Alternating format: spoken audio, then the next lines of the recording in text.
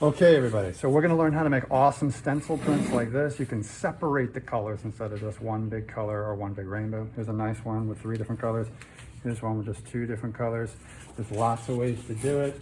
You know, one way is the first time you print, you could just print the entire piece like this, and then on the second layer, then you could apply the paper stencil, and then you get something like this, where some of that color shows through, but some of it is actually blocked by the second layer. Or you can do the full separation.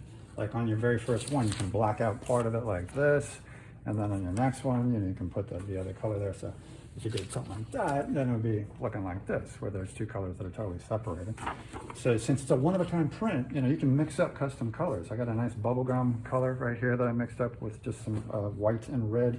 What you would have to do is you save one of your proofs and you decide what areas are going to be different sections that you want different colors. So just take a pair of scissors and cut out the different sections, just like I did right here. You can see the different sections are cut out right here. That's how I made those other stencil prints there. So I've got the ink on the plate there. Here, let's scoot over here just a little bit so we can, there you go. So we're going to ink up our plates.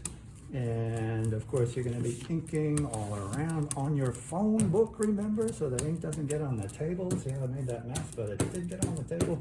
So the clamp is easy. Look at that beautiful bubblegum color. All right, so remember the next step, you never print over here in the wet area. Always put it right over here. In fact, it's like super important to have it on your baseboard here lined up, because of course all your colors that you're changing need to be lined up perfectly, okay? So what we want to do here, or what I'm planning on doing, is just letting that face show through for now. Okay, I'm going to give him a pink face. So since I already have the hair on both of those guys, I'm going to block out the hair for now. Just have a pink face. I can even block out the background there too, so that I can get a different color for the background later on after this one. So just block that stuff out. See, remember, you ink it first, then the paper stencil goes on it. And then, you can take these other pieces that you've already worked with. You have to line up perfectly. Make sure you get the alignment perfectly.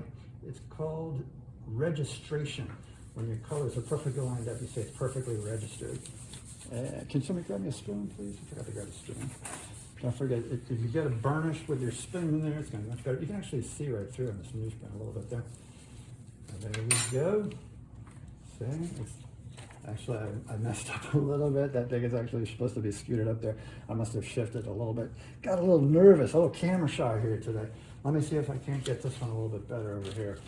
And you don't necessarily have to re-ink it since it's one of a kind. Maybe you just want like a little ghost image of whatever ink is left there.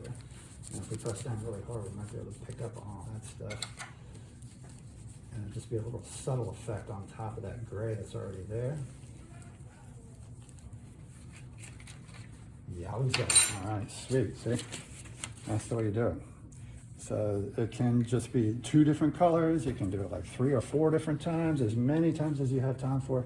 And of course, you don't have to do the stencil print for a multicolor. You could do a hand-colored one, or as long as you have at least 1 rainbow, 1 shadow, and then a 3rd multicolor.